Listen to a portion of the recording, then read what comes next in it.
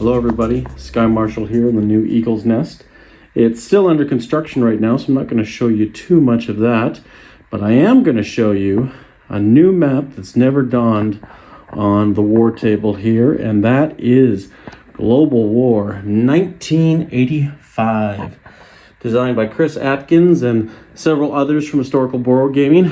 Awesome game. This has intrigued me ever since I heard about it.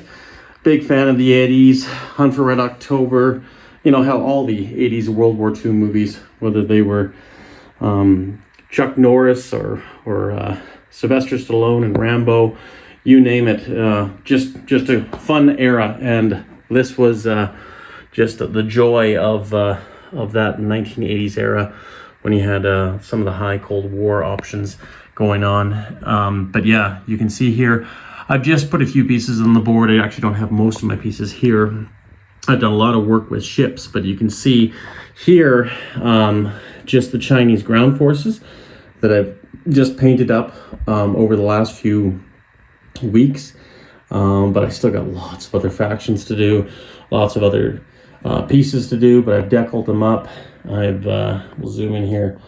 You can see the numbers put on the tanks as well. And I kind of deglossed them as I normally would, just to give them more of a flat finish. I think they'll just look a little bit better. But I really like the Chinese green against the red. Just really stands out, really gives it that pop. But yeah, interesting, very cool map. Different in the fact that if you stand back, it doesn't make much sense because Europe just gets engulfed in this sea of blue. But that's NATO, right? Those are the NATO colors.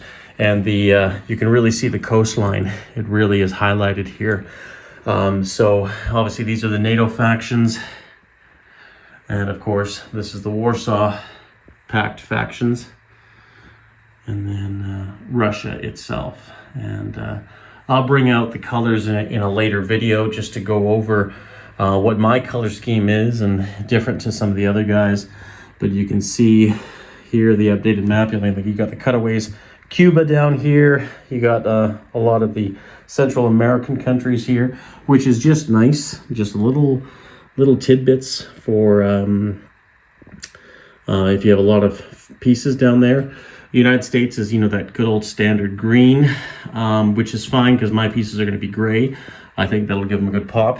But the neutral territories you can see throughout the map are obviously gray-ish, and lots of stuff goes on within these areas. I know Iran, Iraq have a war, you know, and then of course India, Southeast Asia, China, you know, sometimes they're at odds. So very interesting, and I'm going to have fun, you know, colorizing or color coding all the neutral nations. I know some of the players of this game are already doing that. Some of the other cutaways, Israel, very important one, obviously, because we have very small space. But you can see, just like Global War 36, we have shrunk Africa. And then, of course, Australia. Look at Africa compared to Australia. But nonetheless, it has to be that way just for playability reasons, right? We got West Malaysia down here, just a little bit more space. And then, of course, we got some of the Gulf states, Saudi Arabia, stuff like that, probably for ships and other things. And then, of course, we got the Far East and Korea down here, Southeast Asia, and the Korea Peninsula, which obviously makes sense. You need a lot of room for that. And you don't actually have to have fleet markers or task force markers. You can put these in this special area. West Coast of the United States. I'm going to say these probably stand for SOSUS buoys or just listening buoys. You go up to Prince George, British Columbia, right there. That's where I'm. And then, of course, over here, the Bering Sea, Sea of Oshaka, I think, and the rest of Russia. So, yeah, very cool. I love the vibrant blues.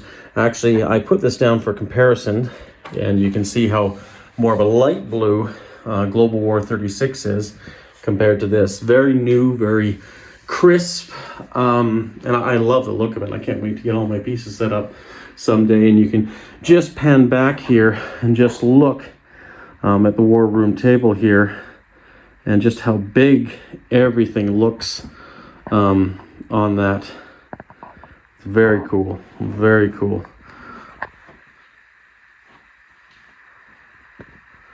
So yeah, just getting the war room set up here, but I figured I would show this beauty to everybody.